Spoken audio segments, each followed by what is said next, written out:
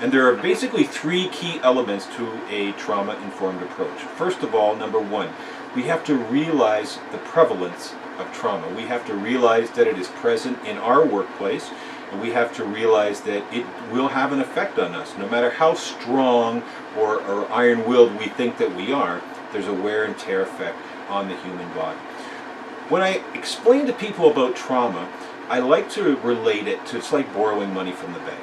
So if I borrowed $1,000 on a Monday and I was to pay that money back at the end of the week, I would pay that $1,000 principal and I would pay a very small amount of interest. However, if I borrowed that $1,000, I paid it back a month from now, 3 months from now, a year, 2 years, 5 years, 10 years, I'm still responsible for the principal of that $1,000, but I am going to pay a significant amount of interest after the fact.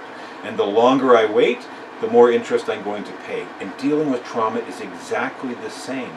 If we're dealing with it in a sort of timely fashion, the time and expense required to process it appropriately is relatively small.